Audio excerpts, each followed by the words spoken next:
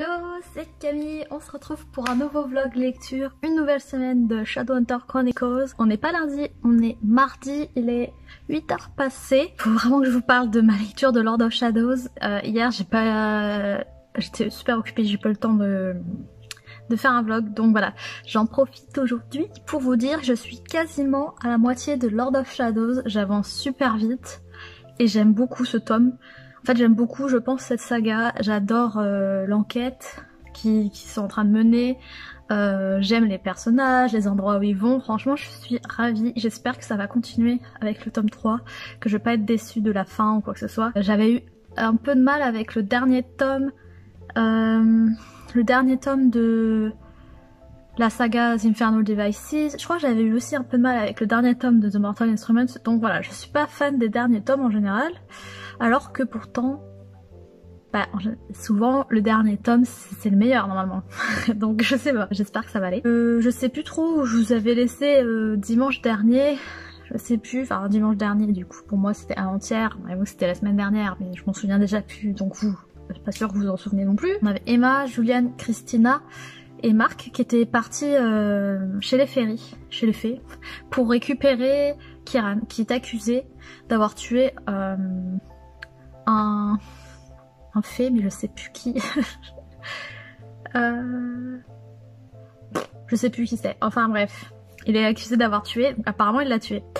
Bon, du coup, ils vont là-bas pour le sauver. C'est un peu une mission suicide, hein, parce que avec les accords, etc., de la paix froide, comme ils disent, ben ils ont pas le droit de rentrer sur le territoire fée, etc. Ils ont pas le droit de s'initier et tout. Donc voilà, ils mentent aux fées. Pour récupérer Kieran, et il se passe plein de trucs dans ce royaume là parce que les fées ne peuvent pas mentir, mais elles aiment bien détourner les choses, détourner les phrases, jouer sur les mots, et elles adorent faire des échanges, faire comme des deals. En gros elles vont révéler quelque chose à quelqu'un, mais en échange cette personne doit lui donner quelque chose, et elles adorent ça. Donc ils ont tous donné quelque chose pour rentrer en échange d'une information. Emma, elle a eu comme info qu'elle allait revoir quelqu'un qu'elle avait perdu. Julian a eu comme info qu'il allait savoir, qu'il allait rencontrer quelqu'un qui savait comment stopper la malédiction, oui, des parabatailles. Donc il est pas vraiment au courant de ce que c'est la malédiction. Et en plus la fée, elle tourne ça d'une sorte que lui il pense que c'est une malédiction comme ça, mais c'est vraiment une malédiction quoi. Pense que c'est vraiment juste une façon de parler, mais en fait non, c'est pas juste une façon de parler. Donc ils se rendent là-bas, ils retrouvent Kieran qui est juste sur le point de mourir quoi, au final. Et Emma est choisie en gros pour affronter le guerrier du roi, faisant comme un échange elle contre Kieran, et si c'est elle qui gagne contre le soldat du roi, eh bien ils peuvent partir. Et donc elle affronte ce soldat et elle se rend compte à la fin que c'est son père. En tout cas, c'est le visage de son père. Donc elle est hésitante à le tuer parce que normalement c'est un combat à mort. Mais comme il a le visage de son père, ça la freine un peu. Donc ils réussissent quand même à s'enfuir et ils sont récupérés par la tante de Marc. Alors, qui, quoi, comment. La mère de Marc était une fée, enfin Marc et Hélène, leur mère était une fée, et elle est morte, mais elle avait une sœur, et donc c'est cette sœur là qu'il rencontre. Et donc voilà, les liens du sang sont très importants chez les fées, donc elle les aide. Et elle les emmène à la reine. Donc, alors c'est un peu compliqué l'histoire de la cour chez les fées, je sais pas trop pourquoi, mais il y a la cour des Scilly et la cour des non-Scilly. Le roi qui voulait tuer Kieran fait partie de la cour des non-Scilly.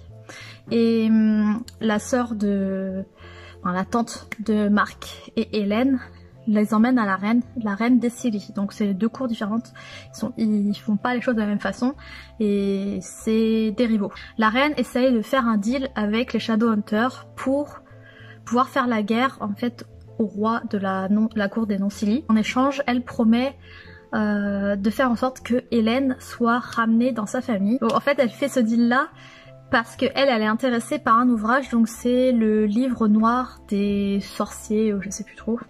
Non, c'est le livre noir des morts.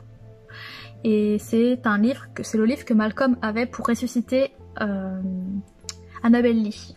Elle veut récupérer ce livre-là, et en échange, elle fait en sorte que la fin de la guerre, enfin la fin de la paix froide soit déclarée, et donc dans ce cas-là, Hélène pourra revenir. On a aussi le point de vue des enfants qui sont restés avec Diana à l'institut, et donc l'institut se fait attaquer par des démons puisque Malcolm est ressuscité des morts. Il est pas mort finalement, bon c'est un sorcier donc voilà, je sais pas, il a ressuscité. Et il est toujours à la recherche du sang des Blackthorn dans le but de ressusciter Annabel Lee.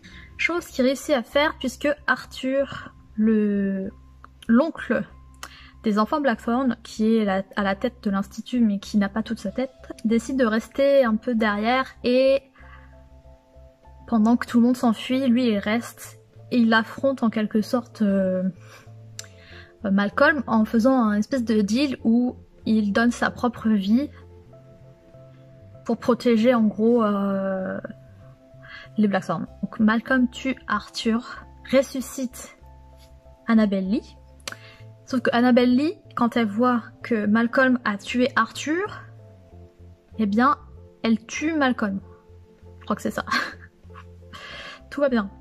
Tout va bien. Elle s'enfuit avec le livre. Du coup, Julian, Emma, nanana, et doivent retrouver ce livre que Annabel Lee a emporté avec elle. En fait, on sait pas c'est quoi son problème, Annabel Lee. Bon, elle a été ressuscitée, elle a rien demandé.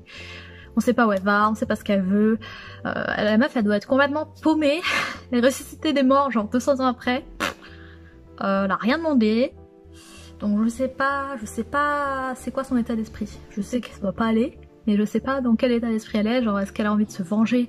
Est-ce qu'elle a envie de faire comme si rien s'était passé? Est-ce qu'elle veut retrouver quelqu'un? Est-ce qu'elle veut... Je sais pas. En tout cas, elle s'est barrée. Toutes les personnes qui étaient restées à l'institut se sont enfuies à l'institut de Londres. Et donc il y a aussi Kit qui est parti avec Ty et Levi, et en fait ils forment un espèce de trio qui est vraiment super chouette, que j'adore suivre, et donc ça alterne les points de vue entre eux et ceux qui étaient chez les fées. J'aime beaucoup trop, c'est trop cool, ils sont vraiment chouettes.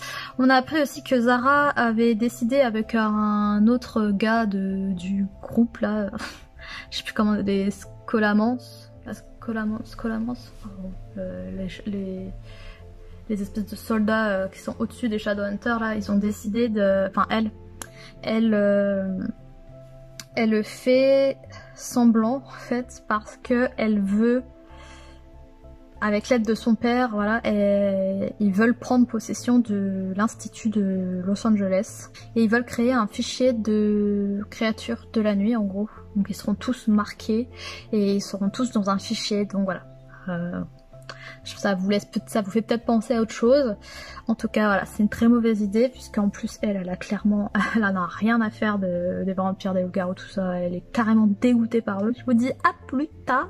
J'essaierai de vous faire un update avant la fin de la journée demain, parce que je retrouve Camille et Eva. On va boire un verre en ville et on va dîner en ville. Donc le temps que je rentre, il fera sûrement trop sombre pour filmer. Donc je vous ferai un petit update avant de partir. Hello, on se retrouve le lendemain, on est mercredi, il est 4h02, non 5h30, oui c'est ça, 5h30, ouh, le temps passe à une vitesse, c'est pas possible, et il fait super chaud, je crois qu'il fait 30 dehors, un truc comme ça. Je reviens de la poste, j'ai encore 2 colis à faire parce que à 6h faut que je parte pour retrouver Eva et Camille, enfin faut que j'aille en ville, j'ai des courses à faire, et après je retrouve Camille et Eva, et en fait j'ai des bougies à leur donner, donc faut que je termine leur colis.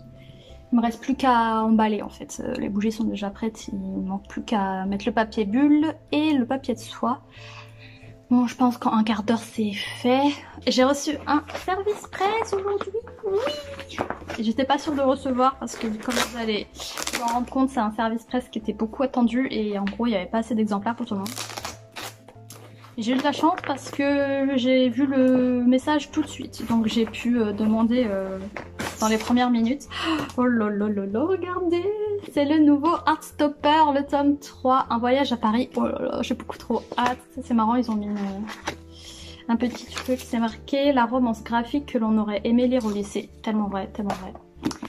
Oh, j'ai beaucoup trop trop contente. Et j'ai l'impression qu'il est un peu plus gros que les autres, non? Ouais, j'ai l'impression. Je suis trop contente, j'aime trop.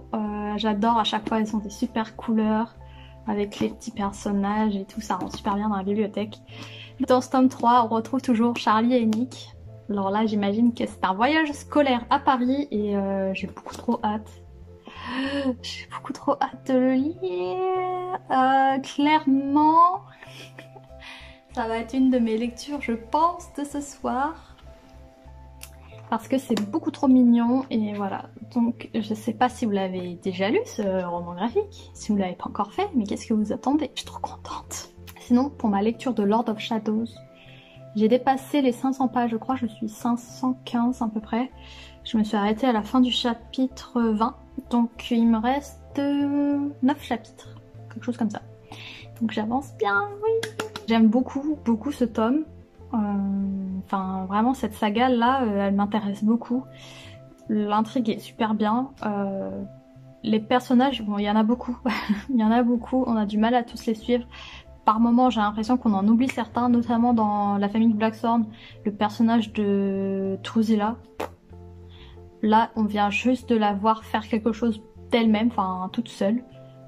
Et je suis à 500 pages du tome 2, donc ça veut dire que ça fait plus d'un tome et demi qu'elle est mentionnée avec les autres, ou qu'elle n'est pas du tout mentionnée, donc je trouve ça un peu dommage. Sinon, Julian et Emma ont retrouvé Annabelle Lee, qui est donc dans les Cornwalls, et elle a expliqué que en fait le livre là, donc le livre des sorts, non, le livre noir de la mort, je crois, un truc comme ça, ne peut pas revenir aux faits parce que ce serait trop dangereux en fait. Quiconque a... Enfin voilà, on peut pas donner ce livre à n'importe qui parce que c'est vraiment un livre démoniaque quoi. Ou... Voilà. Donc il peut pas tomber dans n'importe quelle main et clairement ce serait pas une bonne idée qu'il soit chez les fées. Donc elle veut pas le donner à Julian parce que Julian est censé le remettre à la reine des Scilly. Donc voilà, je sais pas comment ils vont faire pour récupérer le bouquin. C'est à peu près où je suis rendue, il y avait des scènes, il y a une scène mignonne où je crois que c'est le leader de la Wild Hunt, je sais pas si c'est le leader, mais en tout cas c'est un des soldats de la Wild Hunt qui s'appelle Gwyn, quelque chose comme ça, je sais plus, je re-regarderai, Egwene, je crois, qui flirte un peu avec Diana et au final ils partent ensemble dans la nuit à dos de cheval volant. Là. Du coup c'était assez mignon. C'était assez mignon. Donc voilà où j'en suis rendue. J'essaierai de filmer peut-être tout à l'heure si j'y pense, mais je suis vraiment horrible. Faut que je me le marque sur la main parce que sinon je vais oublier.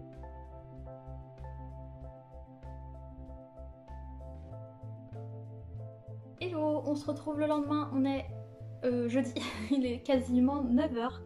Je vous fais un update un peu tard parce que j'ai mangé un peu tard. Et je suis rouge comme une tomate parce que j'ai fait une petite vidéo de Chloe Ting avant de manger. C'était il y a quand même 1h30 je pense. Et je suis toujours rouge. J'ai eu un coup de chaud. Je peux vous dire que j'ai bien transpiré. Hein. D'habitude je le fais le matin comme ça moi je suis tranquille et il fait moins chaud. Mais là ce matin j'étais pleine de courbatures de la veille donc...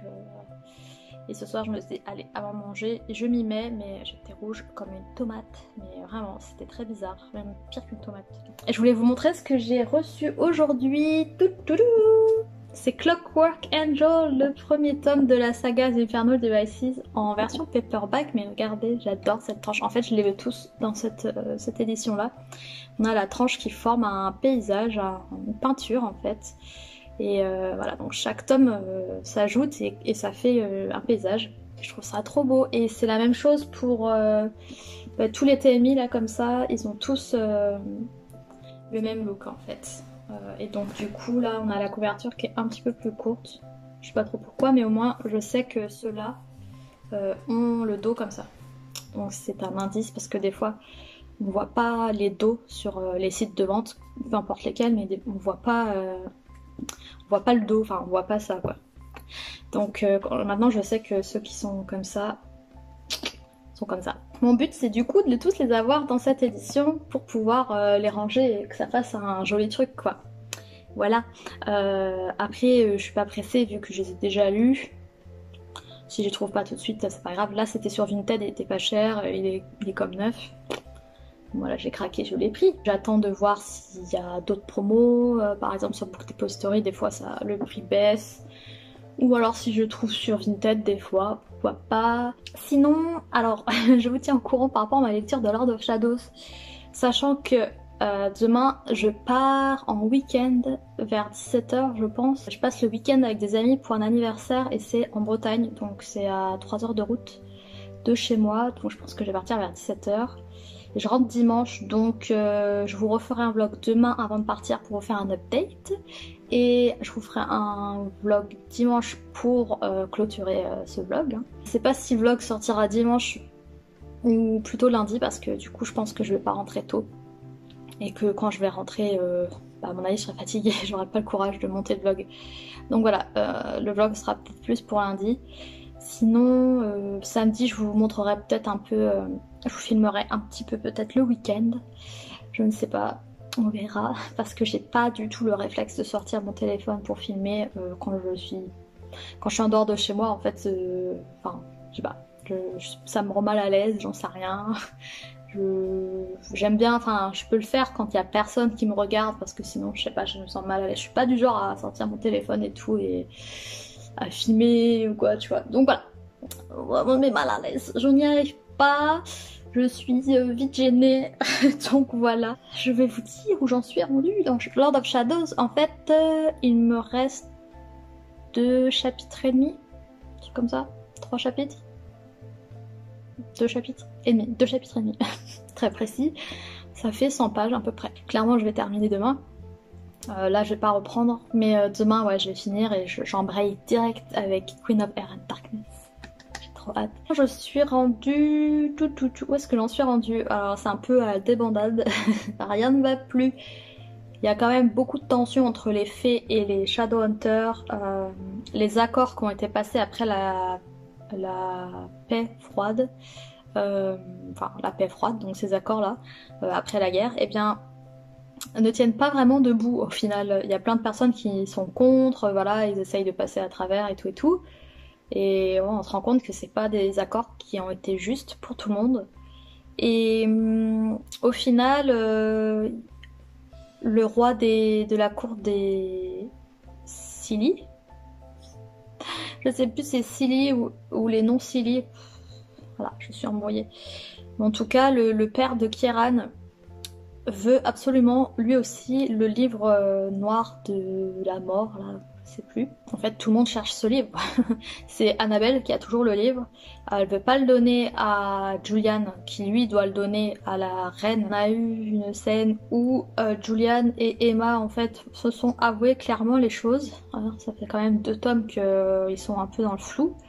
Là, ils se sont clairement dit les choses. Je t'aime, moi aussi je t'aime. Ah, bon, tu m'aimes? Ah bah, je croyais qu'il m'aimait pas. Ah bah... Voilà, donc c'est bon, hein, les choses sont posées à plat. Julian aime Emma et Emma aime Julian. Voilà. Parce que apparemment ils n'avaient pas compris. Ils n'avaient pas compris ça. Donc voilà. Christina, Mark et Kieran sont toujours très proches tous les trois. Donc c'est plus vraiment un triangle, c'est plus un trio. Puisqu'ils sont tous les trois plus ou moins tirés l'un vers l'autre. En tout cas, Mark et Christina sont liés par un espèce de sortilège des fées. Donc ils sont beaucoup attachés l'un à l'autre, émotionnellement parlant. Et donc du coup Kieran se rajoute, et en fait Kieran aime bien Christina aussi, donc du coup il y a comme un... Enfin ils s'aiment bien tous les trois, donc voilà, c'est comme un trio. C'est plus vraiment un triangle parce qu'il n'y a pas de jalousie en fait entre eux. Donc c'est un peu rafraîchissant, ça change de la personne qui est coincée au milieu et qui se fait tirer dans le sens « Non, c'est le mien, non, c'est le mien ». Donc voilà, pour une fois, voilà, il y a une relation qui est différente. On a appris pourquoi Diana ne voulait pas et ne pouvait pas être à la tête de l'Institut de Los Angeles. Tout simplement parce qu'elle ment un peu sur son identité. En fait, elle est née dans un corps d'un homme. Et elle a toujours voulu être une femme, et donc elle a fait appel à la science humaine, mundane, pour changer d'apparence et enfin avoir le corps dans lequel elle aurait dû naître. Sauf que ça, c'est pas légal pour les Shadowhunters, ils peuvent pas utiliser la médecine humaine terrestre, mundane.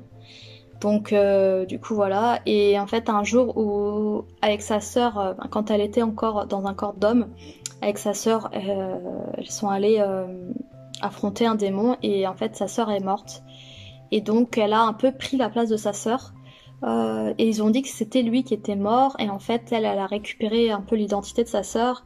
Même si elle a changé de nom, en fait, on dit que toujours c'est la fille des parents Ravens, parce que Ravens c'est son famille. En gros, ils font croire que c'est leur fille qui a survécu et pas leur fils.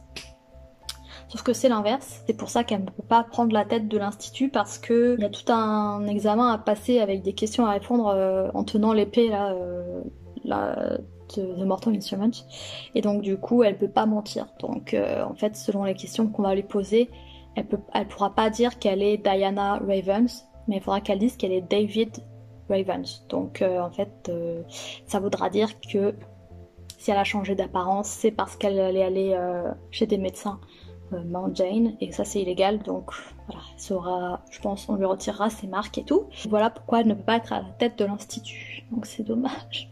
C'est dommage parce qu'elle aurait été parfaite dans ce rôle-là et ils ont beaucoup de règles en fait, les Shadowhunters, et c'est pas juste en fait, c'est rarement juste.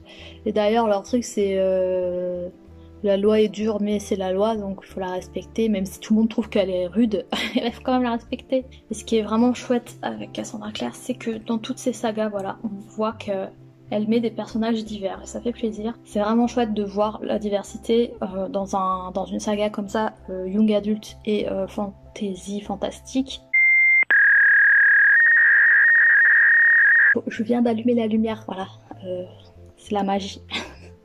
C'est la magie. Ce que je disais, c'est que oui, j'aime beaucoup le fait que Cassandra Clare, qui est une autrice de romans en jeunesse fantastique, ait autant de personnages divers qui ont des relations diverses, des relations amoureuses diverses. Quand on est, je pense, jeune et qu'on est par exemple au lycée, au collège, et qu'on sait pas trop, qu'on se reconnaît pas dans les livres, les films ou quoi, et bien je trouve que c'est hyper important de mettre ça dans des livres jeunesse, de montrer des personnages divers, avec des sexualités diverses, voilà.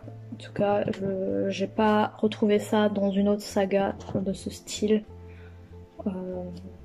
Je ne crois pas, et franchement c'est hyper important. Du coup je vous tiens au courant demain de comment ça se passe à la fin de Lord of Shadows. J'ai un peu peur, j'ai un peu peur, j'ai un peu peur. Comme c'est un tome 2, c'est clair que ça va pas se terminer en happy ending. J'espère que ça va se terminer sans trop de pots cassés. Ça c'est plus dans le tome 3 en général qu'il y a des morts ou quoi. Voilà, j'espère que ça va aller.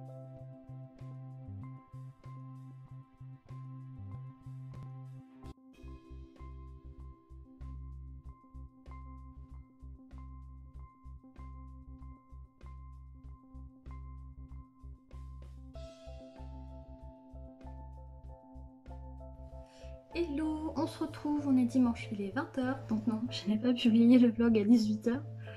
Et je crois pas que je vais faire des montages ce soir parce que je suis complètement fatiguée. Je suis rentrée il y a, je sais pas, une demi-heure de mon week-end en Bretagne. Et comme vous avez pu voir sur la vidéo juste avant, le temps était pas foufou. Il y avait quelques averses par-ci par-là, enfin on a eu de l'eau un petit peu tous les jours, mais pas des trompes d'eau quoi, donc ça allait, c'était vraiment des gouttes de temps en temps. Et voilà, on a passé beaucoup de temps à traîner, à discuter, à manger, à boire. Voilà, donc on n'est pas vraiment sorti du gîte où vraiment on a marché mais 5 minutes histoire de dire. Mais c'était super cool, même si c'est passé très vite. Mais du coup je vous ai pas dit mais j'ai terminé vendredi Lord of Shadows. En fait j'ai pas eu le temps de vous faire un update avant de prendre la route, donc voilà, mais j'ai terminé et franchement je m'attendais pas à une fin comme ça. En fait j'avais espoir, je croyais vraiment que ça allait bien se finir, même si c'est un tome 2 hein, forcément il y a un troisième tome donc tout n'est pas réglé. Mais je pensais qu'il allait avoir un dénouement plus heureux, enfin heureux tout court, parce que même pas plus heureux, juste heureux. Au final, ouais, en fait, tout s'assemblait, tout s'emboîtait trop bien pour être vrai. Puisque, si vous voulez, les Blackthorn ont réussi à convaincre Kieran de témoigner devant le conseil pour expliquer un peu la situation entre le roi de la cour des non-Silly et la reine de la cour des Silly. En gros, le fait qu'il y a une guerre qui est en marche, etc. Et que la reine de la cour des Silly va un peu... et du côté des Shadowhunters, etc. Donc du coup, il faudrait qu'il s'allie pour vaincre en fait le roi, qui est lui aussi à la recherche du fameux livre noir. Le livre noir que Annabelle possède et cache, ne veut pas donner. Ils arrivent quand même à la convaincre, elle aussi, de venir témoigner devant le conseil pour expliquer que qu'elle a été torturée, etc. pour des choses voilà, qu'elle n'avait pas faites, etc. Et que c'était Malcolm en fait le coupable. Il y a l'histoire avec Zara, je sais pas si vous vous souvenez, je vous avais dit, elle essaye de mettre en place un registre pour classer toutes les créatures de la nuit dedans, et histoire de pouvoir les surveiller, etc., etc. Elle a fait croire à tout le monde qu'elle avait tué Malcolm, et en fait, elle fait souvent ça, en fait, elle dit que c'est elle qui a tué telle ou telle personne, enfin voilà, ou quoi, pour se mettre bien en valeur et apparaître comme une super Shadowhunter, chose qu'elle n'est pas. Elle a fait croire qu'elle avait tué Malcolm, sauf qu'on sait très bien, enfin, les enfants Blackthorn savent très bien que c'est pas vrai, et que c'est donc Annabelle qui a tué Malcolm. Donc ils arrivent donc à convaincre Annabelle de venir témoigner devant un conseil pour dire qu'en fait Zara ment depuis le début et que en fait sa famille a des plans pour prendre en main l'institut à Los Angeles dans le but de pouvoir créer ce registre et contrôler en fait toutes les créatures. Et on voit d'ailleurs à la fin, ça fait peur parce que ils sont tous avec des pancartes, avec des messages en mode, enfin vraiment ils considèrent même pas les créatures comme des êtres humains, enfin comme des êtres en gros. Enfin je sais même pas si c'est...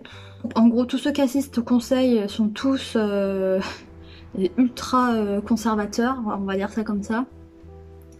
Et ils veulent retrouver l'âge d'or en fait de l'enclave, sauf que bon cet âge d'or n'a vraiment pas existé et c'est l'âge d'or des Shadowhunters, hein, c'est pas l'âge d'or de tout le monde en tout cas. Le but étant de décrédibiliser Zara et son père et un peu voilà de la ridiculiser et de faire en sorte que plus personne ne la suive avec ses idées un peu enfin pas un peu mais carrément extrêmes, hyper alarmistes d'ailleurs, ça c'est vraiment effrayant. Sauf que ça ne se passe pas du tout comme prévu, pas du tout. Annabelle vient quand même devant tout le monde pour dire qu'elle a été ressuscitée par Malcolm, que c'est elle qui a tué Malcolm, qu'elle a été torturée par l'enclave quand elle était, donc il y a 200 ans, quand elle était encore en vie, qu'ils l'ont tout pris, etc. et qu'ils l'ont tuée au final, je crois que c'est ça, elle a été tuée. Sauf que personne n'a voulu la croire parce que elle a été ressuscitée, et que pour eux, si elle est ressuscitée, c'est plus personne, voilà. Et donc tout ce qu'elle dit c'est des mythos, elle ment, c'est une créature, c'est un monstre, non. Comme il y avait toute la clique, il leur en fallait pas plus pour lui jeter des pierres, on va dire. Mais c'était, ils sont vraiment stupides. Ils ont la preuve par A plus B, mais non. Non, ils préfèrent croire Zara qui dit que cette créature c'est un monstre, qu'elle aurait pas dû être ressuscitée, c'est un cadavre et tout. Non, voilà, donc du coup, elle se retourne contre eux parce que Julian l'avait persuadée qu'on lui redonnerait sa maison, qu'elle redeviendrait un Shadowhunter, voilà, qu'elle retrouverait une vie normale. Et en fait, pas du tout, vu qu'elle était considérée comme pire que rien, en fait. Au final, elle a transpercé Livy. Et Livy est morte. Donc je suis au plus mal. Livy est morte. C'était trop triste. Jusqu'au bout, je me suis dit non, ils vont trouver un moyen de la faire ressusciter. Je pensais que Emma et Julian allaient utiliser leur magie là de parabataille, mais plus, pour la ressusciter quoi. Et au final, ils n'ont pas essayé du tout. Donc voilà. Je suis dégoûtée. En fait, tout s'est retourné contre Julian parce qu'il a fait des promesses qu'il n'a pas pu tenir. Et c'est parti en couille, voilà. C'est parti en couille et c'est sa soeur qui a pris. Je sais pas comment va survivre Ty parce que c'est sa soeur jumelle. Mais je sais pas comment elle va survivre. Ouais. Après Je pense qu'il pourra compter sur Kit. Je sais pas si leur relation elle va évoluer. Et Magnus était au plus mal aussi à la fin. Il était vraiment... D'ailleurs, il était pas là pendant la bataille, pendant la scène de fin. Parce que il a trop utilisé ses pouvoirs et en fait, il est inconscient ou quelque chose comme ça. Et Alec explique que ça fait plusieurs mois ou semaines que il va de moins en moins bien. Et qu'ils avaient prévu de faire des recherches pour savoir ce qui lui arrivait, mais qu'il y a tellement d'événements qui s'en sont passés qu'au final ils n'ont pas eu le temps. Voilà. Donc dès demain, je commence Queen of Air and Darkness, le dernier tome de cette trilogie que j'apprécie énormément. J'ai regardé, le bouquin fait 1000 pages, donc clairement ça va me prendre la semaine, non, je pense. Donc je vous tiens au courant, ce vlog va sortir lundi, je pense, j'en sais rien. Lundi. Quel jour on est? Dites-moi dans les commentaires. Ah mon dieu. En tout cas, j'espère que vous allez bien. Que vous avez passé un bon week-end, que votre semaine se passe bien. J'en reviens pas parce qu'il fait super beau à Caen. Vraiment, il y a quasiment pas de nuages, alors que nous, on a eu à peine... Non, on n'a pas eu de ciel bleu en fait. On a que des nuages. Donc voilà, je vous laisse. Je vais manger et puis surtout, je vais me reposer parce que... je dors debout, la route du retour a été très longue. Voilà, je vous dis à plus tard. Merci d'avoir regardé ce vlog. Merci si vous likez, merci si vous prenez le temps de me laisser un commentaire. Je suis vraiment contente de faire ces vlogs, même si voilà, je sais que c'est pas pour tout le monde. Mais voilà, ça me fait super plaisir. Et puis tout cet univers, franchement, j'adore. Donc voilà, je suis trop contente. Je vous retrouve demain. Ou la semaine prochaine. Je sais pas quand vous regarderez ça. Et puis voilà, je vous dis à très vite.